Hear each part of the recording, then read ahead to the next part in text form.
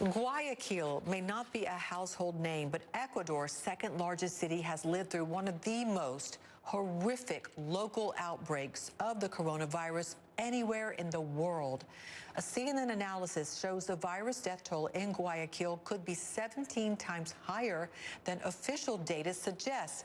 And that staggering death toll has ravaged a city roughly the size of Chicago. CNN's Matt Rivers spoke with one young man who tells us first he lost his father to the disease, and then the morgue lost his remains. And now a strong warning to our viewers. The video we're about to show you is graphic and difficult to watch, but we choose to air it because it is the stark reality of the outbreak in Guayaquil. Here's our story.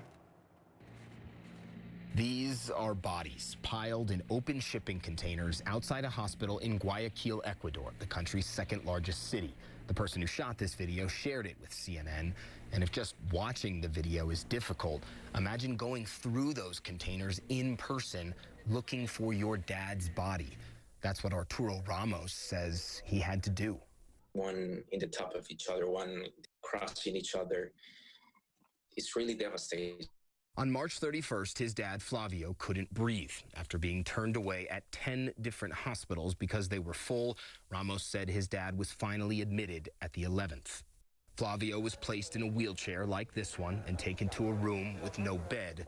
There were 2 dead bodies already inside. It's like a war zone. It's like a war zone. There's a lot of people dying and no one's taking care of it. Flavio died the next day. On his death certificate, it says he died of acute respiratory failure, likely due to COVID-19. But like so many others in Guayaquil, Flavio was never tested because the healthcare system has all but collapsed. The hospital wouldn't comment on Flavio's case, but CNN has spoken to multiple doctors who say in March and April, hospitals citywide buckled under the weight of the pandemic.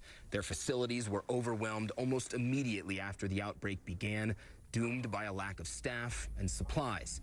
The 3 doctors we spoke to suggested dozens of patients simply died in their cars outside of hospitals awaiting treatment. In this video obtained by CNN, a man dead in his car was pulled out and laid in a hospital parking lot by his family, the group simply unsure what to do next. The federal government has apologized for its pandemic response and, stating the obvious, said they weren't ready for an outbreak with a staggering death toll. In March and April combined, in 2018 and 2019, an average 2,799 people died in Guayaquil. Experts say that's about what you'd expect. But this year, that number spiked to at least 12,350. Of those, the government has confirmed just 533 were due to COVID-19. So what explains the fact that thousands more died over the same 2-month period this year? There's no doubt that the additional thousands and thousands of deaths are COVID related. Totally. For me, are COVID, unless proven otherwise. 3 epidemiologists told CNN Guayaquil's actual COVID-19 related death toll could be higher than 9,000. The government has acknowledged the virus death toll is far higher than what they officially report, but say its lack of ability to test more means we'll never know the exact figure. When Arturo Ramos went to collect his father's remains, hospital officials couldn't find them.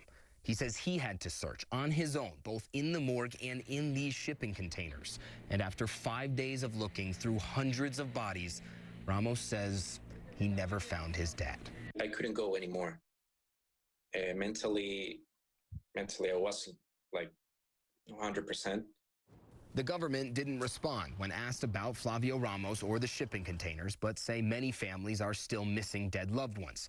Last month, the Attorney General launched an investigation into the mismanagement of remains at hospital morgues, and anyone can go to this government website and type in the deceased name to see if there's any news. More than a month after he died, a search for Flavio Ramos ends in no results found. Arturo grieves for his dad alone these days. He's separated from his family because last week he tested positive for coronavirus. The overall case number is dropping in Guayaquil, but for so many, the worst parts of this outbreak will never really end. Now, Natalie, the Ecuadorian government says it has a better handle on this outbreak at the moment, and as a result, this week, they have started to slowly ease off some of the quarantine measures that had been put into place. But the people that we're speaking to in the city of Guayaquil simply say they do not trust the Ecuadorian government to properly handle any reopening, and they're scared that if this isn't done right, they could end up right back where they were when things were so bad in the months of March and April.